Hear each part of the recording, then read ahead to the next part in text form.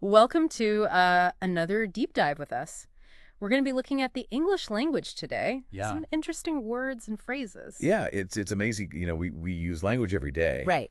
but we don't always think about where the words come from and how they've evolved over time. Yeah, exactly. And today we're going to be looking at two terms that are very common that Hmm. you've probably heard before, but hopefully by the end of this you'll have a new appreciation for them. Absolutely. So the first one that we wanted to look at is to turn down.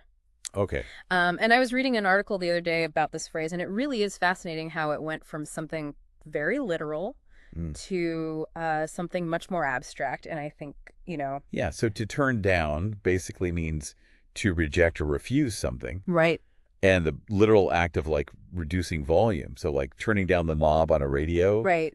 became this metaphor for politely decreasing the intensity of a request or an offer. Yeah. And so it's very interesting how it almost softens the blow. It's exactly rather than saying like a flat no. Yeah. You're kind of saying, well, maybe under different circumstances. Yeah, it's a way of preserving relationships while still setting boundaries. Right, exactly. And it's interesting how that physical action of turning that knob Mm-hmm. became associated with this more kind of nuanced social interaction. Right. Right. And there are more formal synonyms you can use if you want to express the same idea Oh, yeah. in like a more professional setting, like reject, refuse, or decline. Yeah, I've even heard disallow in certain like legal contexts. Oh, right. Which Absolutely. just adds another Oh. layer of formality to it. But okay, so ready to move on to our next word? Yeah.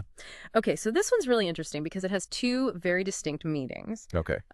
We're talking about to run into. To run into. Yeah, this is a great example of how context is everything in language. Right.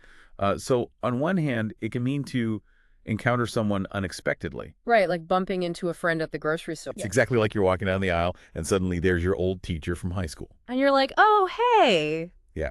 And then on the other hand, to run into can describe a collision, Right. often kind of an unpleasant one, Yeah. like a car running into a tree during a storm. It's amazing how those two meanings, both involving this idea of like a sudden impact, Yeah. evolve from that same phrase. Yeah. And for the first meaning, like that unexpected meeting, Right. there are other synonyms you could use, like encounter, meet, or come across, but they don't quite have that element of surprise Right. They lack that. that run into conveys. That run into has. Exactly. And for the collision meaning of it, you could say like crash, hit, or collide. Mhm. But run into seems to suggest a less forceful impact. Right. Like you wouldn't say a train ran into a building, Right. but you might say like a shopping cart ran into a display Yeah. Yeah. That's a great observation. at the grocery store. The choice of words can really subtly change the listener's perception. Of the event run into Yeah. has a certain informality to it. Yeah. Whereas like crash or collide, those feel much more Right. deliberate or severe. Much more forceful. Yeah. Right. And it all depends on the effect you're trying to create, Exactly. which makes me wonder if you were like writing a novel or something, Mm-hmm. would you choose to use run into or one of the other synonyms? That's a good question. Like what factors would you consider in choosing that word? Well, I think I would consider the tone of the scene, Right. the relationship between the characters, Right. maybe even the historical period of the story. Oh, interesting. For example, if I was writing a humorous scene set in modern times, Right. I might use like bumped into to Yeah. really emphasize Yeah. that lightheartedness of the encounter. Yeah. But if it was a dramatic scene set in like the 19th century, Right. then I might choose encounter to evoke that sense of formality Yeah. and gravity. Yeah, that's really interesting. Yeah, and it really highlights how language is almost like a tool It is. that writers can use to shape the reader's experience. Exactly. Do you think that's something most people are aware of when they're reading? I think most people probably pick up on those nuances subconsciously. Right. They may not be able to articulate why a particular word choice feels right or wrong, Right.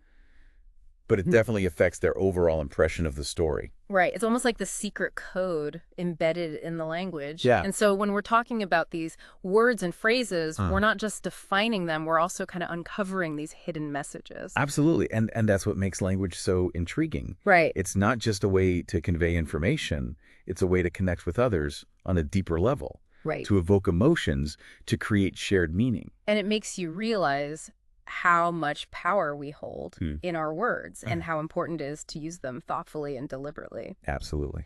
So before we move on to our next word, I want to ask you about what has stood out to you the most. It's kind of like to turn down and run into. Have you noticed any subtle shifts in their usage over time? Well, it's really fascinating how the meaning of a word can change depending on the context, the speaker's intention, and even the listener's interpretation. Oh, wow. It's like this constant negotiation of meaning. It's like we're all playing this game almost. Yeah. This language game, using words as our pieces, trying to convey our thoughts and feelings as accurately as possible. Yeah, and sometimes that game gets even more complex when we encounter words that are designed to express the inexpressible. Right. Which brings us to our next term. Okay. Ineffable. Ineffable. There's just something about that word that's just... It's a powerful word. So powerful, yeah. It carries a sense of awe and wonder. Yeah. It's often used to describe experiences that are so profound or overwhelming that language just can't do them justice. Right. Think of like standing at the edge of the Grand Canyon, witnessing the vastness of space. Yeah. Feeling the unconditional love of a parent for their child. Yeah. These are all moments that might be considered ineffable. And it's like the word itself is acknowledging the limitations of language. Yeah. You know, saying that there are just some things you can't really express. Right, exactly. You have to just experience them.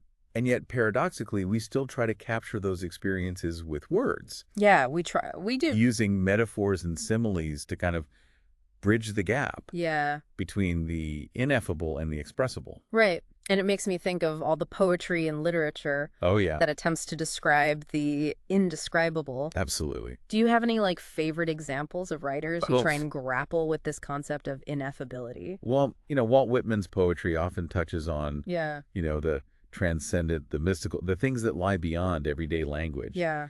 And then there's Emily Dickinson, who uses this very concise, almost cryptic language to hint at the depths of human experience. Right. Both of them, in their own unique ways, wrestle with the challenge of expressing the ineffable. And it's almost like they're inviting the reader to participate in that act of meaning-making. Exactly. To fill in the gaps with their own imagination and experiences. Right. Which leads me to a question. If we can't fully express the ineffable, why do we even bother trying? That is a profound question. Yeah. And I think the answer lies in our inherent need to connect with others, to share our experiences, even if those experiences defy easy categorization. Right. Even if we can't fully capture the essence of the ineffable, the very act of trying brings us closer to understanding it. Right. And to sharing that understanding with others. Oh, it's not about finding the perfect words. It's more about just creating a space for shared contemplation. Yes. For acknowledging that mystery and wonder that exists beyond the boundaries of language. It's about recognizing the limits of language. Right. But at the same time, pushing those limits. Yeah. Stretching them as far as they can go. Wow. To encompass that vastness of human experience. That makes me think about all the times we might encounter the ineffable, not just in, you know, these grand, awe-inspiring moments, but also in everyday interactions. Yes. Like a fleeting feeling of joy, a sudden sense of peace, a moment of deep connection with another person.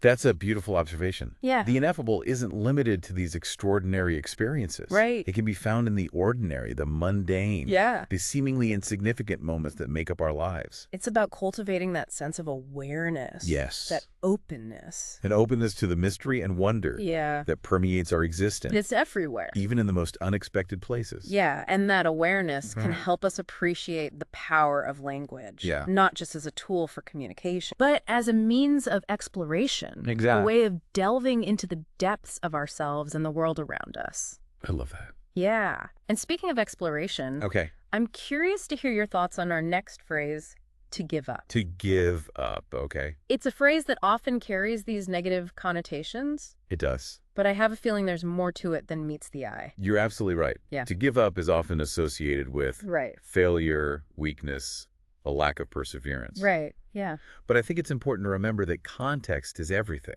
Right. Sometimes giving up can actually be a sign of wisdom. Oh. A recognition that a particular path is no longer serving us. Right. And that it's time to shift directions. So it's not necessarily about admitting defeat, but about making a conscious choice to redirect our energy towards something more fulfilling or aligned with our values. Think of a